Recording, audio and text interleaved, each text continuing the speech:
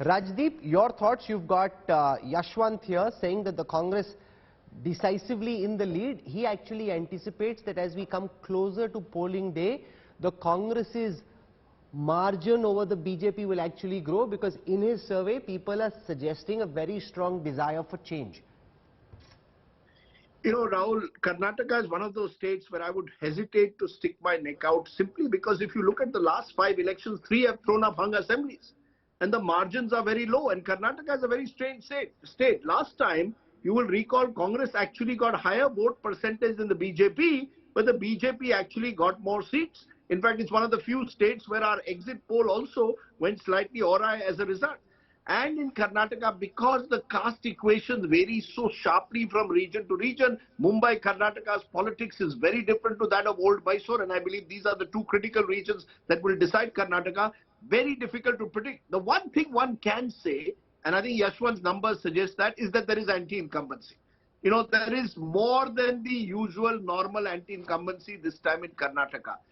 The question therefore is it sufficient to push the Congress over that 112 mark to a majority, or does the Congress remain single largest and just short of the majority? I think these are the 2 scenarios which I see at the moment in Karnataka. Either the Congress takes full advantage of anti-incumbency and crosses halfway mark, or gets the benefit of anti-incumbency, but because it is an unusually triangular state with very strong localized factors and very strong inter-regional disparities, does Karnataka once again throw a hung assembly? So I think these are the factors to look at, and I think old Mysore, where the JDS got 29 out of the 66 seats last time, and the Lingayat belt of Mumbai, Karnataka, where the BJP got 30 of the 48 seats, will decide. If the BJP erodes substantially in Mumbai, Karnataka, as they did in 2013, but remember in 2013, Yediyurappa had rebelled against the BJP or been thrown out of the party, and old Mysore, where the JDS, could that shrink? I think that will decide what happens in Karnataka, but strongly localized. You just look at the churning that's taking place even in the candidate list. The moment someone doesn't get a ticket from either the BJP or the Congress, they are happy to switch sides or contest as strong independents. Now, that doesn't happen in too many other states. Karnataka is a very, very difficult state, therefore, to predict. Yes, advantage Congress, as Yashwant's poll says, but is the advantage big enough for the Congress to get a majority is the big question mark. GVL Narasimha Rao is with us, hopefully in his capacity as a cephalogist, not so much as a member of parliament of the BJP. GVL, if we look at the data, the data suggests that the BJP is in for a rough ride in Karnataka. For one, the polls are suggesting that there is a high level of anti-incumbency. What goes in your favor is that you have a formidable election fighting machine.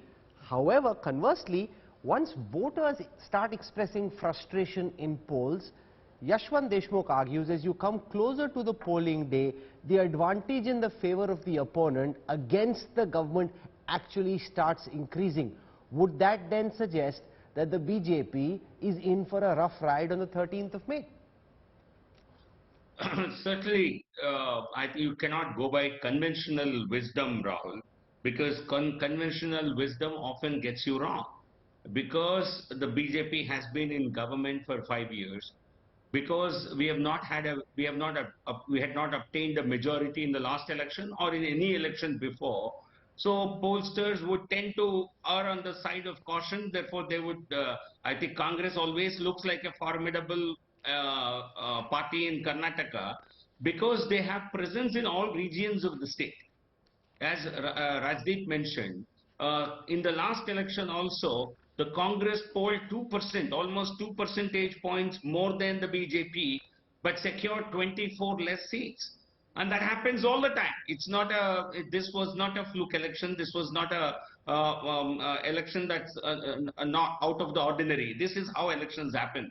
And when you win on a 37% of a sample vote base, because that's the vote share for the BJP, and we've been winning almost a majority with that kind of percentage. So you will always have a majority of the people who will not be happy with you from the day one of your government. At any given time, about 60% of the people in Karnataka would want an alternate government and not the BJP. So I want, so 57% or 55% saying we want a change of government doesn't sound new at all. What you have to do is we have to retain our vote share and penetrate areas where we have not been able